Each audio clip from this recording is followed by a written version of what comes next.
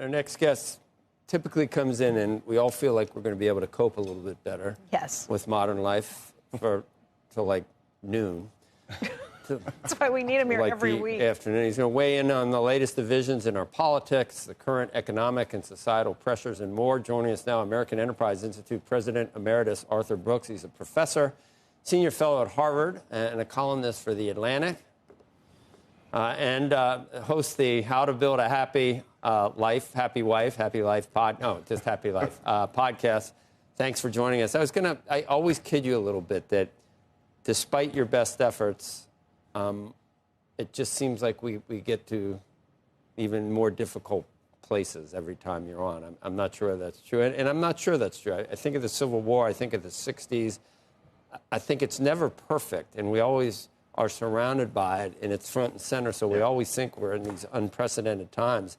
In this case, with divisiveness, et cetera, has it gotten any better? I mean, Democrats are keying other Democrats' cars and setting them on fire. Yeah. Teslas, because that's all the only people who own Teslas are Democrats, and now Democrats are keying their friends' cars. Yeah. Chuck Schumer. I mean, even in the Democratic Party, there is just rabid division. Are things any better at all? And do you? Look, to begin with, it's worth. I was having this conversation one time with Ken Burns, the famous filmmaker, and I said it's never been worse than this. And Ken's like, "What are you talking about?" He had just at that point finished Vietnam, his documentary in Vietnam. And he says, "Tell me if you remember." I mean, I was not really conscious at that point, but he said, in 1968, 1969, how many political bombings were there in the United States? I don't know. He said something like 700. Wow. Yeah. That it was a different time with more violence. Things have been a lot worse than they are today. We have a kind of a right now bias about the polarization and that we have in our country. And the thing that's really worth pointing out is, there's a lot of polarization. But the truth of the matter is that this is different than most places around the world, where when there's polarization in politics, it gets real deadly real fast. The truth is, ordinarily, we don't have that much consensus. We really do have a competition of ideas, and the competition of ideas isn't that pleasant all the time. But we should remember to be grateful that we're living in a country that's still pretty peaceful. And even when things get pretty bitter, it stays pretty peaceful. I'm so grateful that we live in a country like this where most people are not that political. Most people are not watching 9 hours of news a day. Most people will say, yeah, I love somebody who disagrees with me politically. So the norm is not the really radical stuff that's showing up in the media all the time. The norm is we disagree. Yeah. I remember the convention, I remember the SDS. Yeah. Remember that? Yeah, I mean, this is nothing like the Weathermen. Weathermen. People can find stuff. Symbionese Liberation Army. There was exactly right. A lot happening. And on social media, it can make it look in our minds. Well, isn't that the difference? More polarized. What if they had that back in the late 60s? Imagine. We'd still be going through it. Or the radicals would be just sitting behind their keyboards at home in their mom's basement, like they do now. Which is actually what we know. The typical person who's the biggest warrior on social media, who's the most polarizing figure, is a really pathetic person. I tell people that all the time on Twitter. Yeah, I mean, really. You see do you follow me? Oh, yeah, of course I follow you. I follow both of you. Then you see, I have a lot of those basement dwellers. You engage. I do. I know. That's because I don't turn the other cheek. I really don't. Joe engages during the commercial breaks. That's the most amazing thing. So I'm listening to you. Might happen right now. On my Sirius XM radio. If someone says I'm wearing a you go to toupee, a commercial break and I look at my Twitter. Right. If someone says I have a toupee, I have to answer that. That's the one that really gets me. Why are you telling them your gifts? Don't tell them what annoys you more than anything. I'm amused. Toupee? Are you kidding? It's beautiful. It is beautiful. It's not dyed either. On my life. If I had that, I could be president of the United States. How do we, why is there, you've given us some reason for hope. Yeah, for sure. In the Trump presidency. It's always hope. And it's not, I think that, you can go back to George Bush, and then there was Obama, and then there was Trump, and it just seems like each one almost ushers in the next one, and then there was Biden, and then Trump's back in, and so he's got maybe some comeuppance on his mind too. Right. Of course. And so how are we going to get through this?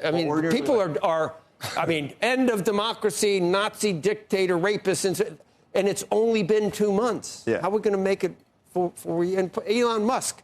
the patron saint of the climate change left is now getting firebombed, and politicians are hoping his stock goes to zero, even though the governor of Minnesota oversees the pension plan. Yeah, well, you know, that's the way that people have always talked about their political adversaries in the United States. And when we look at it today, it really alarms us. But once again, that's not a new thing.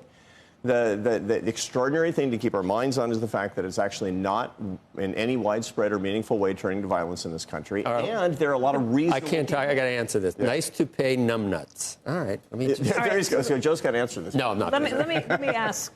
You have told us in the past that it's going to take a leader who comes back and inspires people. Right. But it seems like the way to become a leader in today's society is to prey on what works, and what works and what sells on social media and other areas is this agitation, and some extreme from either the right or the left.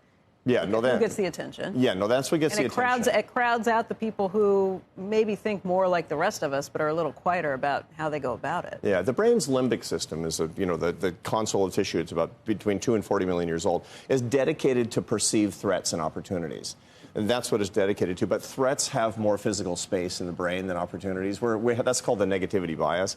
And the result is that people in politics and media and other places that get our attention, they like to play on these really hot emotions like anger, fear, disgust, sadness.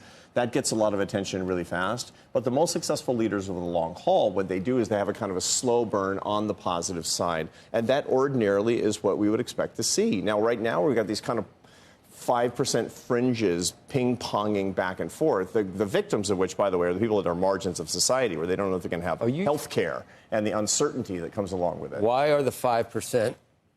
Would you consider AOC and Bernie to be in the 5%? Then why are they the ones that are now galvanizing all the attention? And that's the answer to the Democratic Party's malaise. Said this. They get the attention. The people on the 5% fringes get the attention on the both right and the left. But ordinarily what happens when you ping-pong back and forth between the fringes for a while, and this is as old as history, by the way, somebody will emerge who's much more, not just in the middle, but somebody who's more consolidating in their views and more positive in their rhetoric. That's what comes forward, but it takes a long time of a lot of discomfort where people finally say, enough. Do you see anyone on the left other than Fetterman that fits that description? Oh, I see lots of mayors, governors, people at different levels of politics and society. What they're not is part of the political entertainment establishment in Washington, D.C. That's where people are paying attention. The truth of the matter is people are touched much more by state and local politics, and that's where I see leaders that are trying to bring people together in both the Democrats and the Republicans. And there is a perception that on the right, that anyone that would be more palatable to the entire country than President Trump is afraid at this point to speak up. And that's right. That's right. Totally. And that's because people. And that's a criticism they'll get from Democrats, is that they're all a bunch of sycophants because they're afraid of retribution. Yeah, well, the truth is, if you're in the 5% margin, you have to be a bully. That's the nature of what that is. That's a set of personality characteristics that puts you in the fringe, called the dark triad of narcissistic, Machiavellian, somewhat psychopathic personalities, not naming names, that we find in politics and media who are in the far extremes, and they capture the attention. And they're willing to do that. They're willing to bully you. They'll kill you for half a donut. That's what they'll do. But the truth of the matter is that they'll say, I don't like my bully, but I like the other bully less. And so they'll do this for a while. But the American people are getting pretty exhausted. And I'm confident that one party or another is pretty soon, in the next 5 years, going to put forth somebody that people are going to be able to get behind.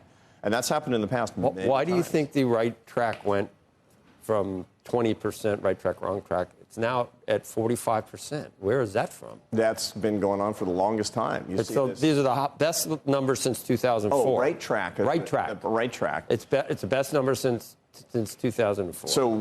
So that's a good point, and that's what we typically see in the first 3 or 4 months of a new presidential administration. Just disrupt. Yeah, totally. I mean, you got a new person. Change, disrupt. Ideas. And then if we have so much policy, and by the way, why do markets hate? They don't hate certain policies. They hate policy uncertainty, right? Because, the traders are like monkeys on cocaine. And then when you give them any sort of uncertainty, it perturbs this environment. That's the kind of thing that we see right now. We've got a new boss, same as the old boss. And so the point is, you get 3 or 4 months of incredible optimism because Americans are very optimistic. And then we tend to go back to the relatively pessimistic. So this is